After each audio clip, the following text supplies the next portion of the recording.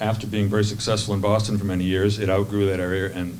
Writer Alan Earls, in cooperation with the Burlington Historical Society, gave a presentation on the history of Lahey Hospital, an institution that has cared for the likes of Senator Ted Kennedy and Ted Williams. And I write for a living, but I also love history, so I often write about historical topics. A couple of years ago, I wrote a book called Boston Made, a history of all the innovations in eastern Massachusetts. I helped Dr. Wise, who was the retired CEO of Lahey, finish his manuscript about the history of the clinic, and especially the complicated period he oversaw of coming to Burlington. I worked directly for Dr. Wise.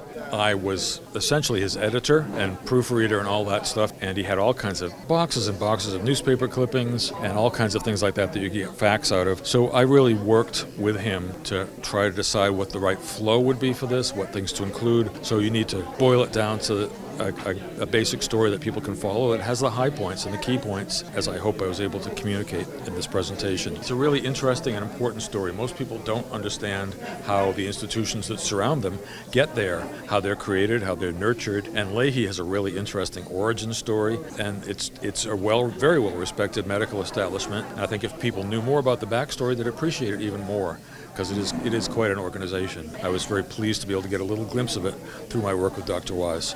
A very controversial move. There are all kinds of problems, which we'll talk about. The History of Lahey presentation in its entirety is available at the BCAT website.